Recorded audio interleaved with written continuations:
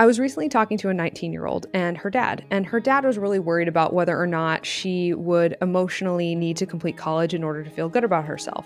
But on the same call, she said, I don't care about that. That doesn't mean anything to me. What I really want, I want a good career. And that's something I hear a lot from Gen Z over 18.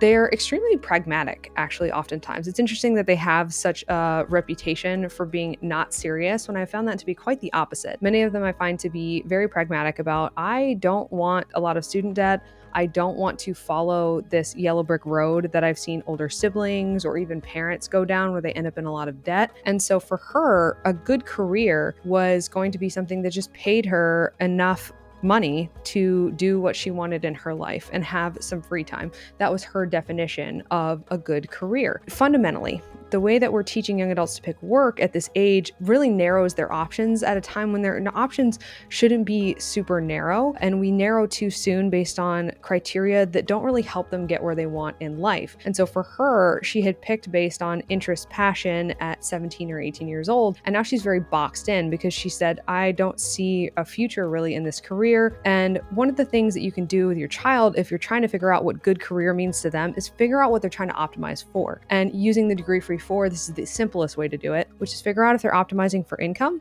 Sometimes they are. Figure out if they're optimizing for location. They want to stay where you live, or they want to move to a specific town or city where there's family or friends, or just a place that they've always liked because it's near the ocean or the mountains. The third is going to be schedule. Maybe they have a need to work a certain schedule so that they can maintain that level of work. This is especially true for people with medical needs. I find that that's really common. And then the last one is work environment. Some people are very impacted by the people that they work around, the energy they work around, just overall environment that they're in, whether it's loud or quiet or indoors or outdoors. And so for those young adults, optimizing around what their day-to-day work life is going to be like is going to impact their happiness more than anything. And that will define for them whether or not that's a good career. So once you pick the one that's the number one priority, a lot of times it's going to be income at this age because that's just how it is. You need enough money to live.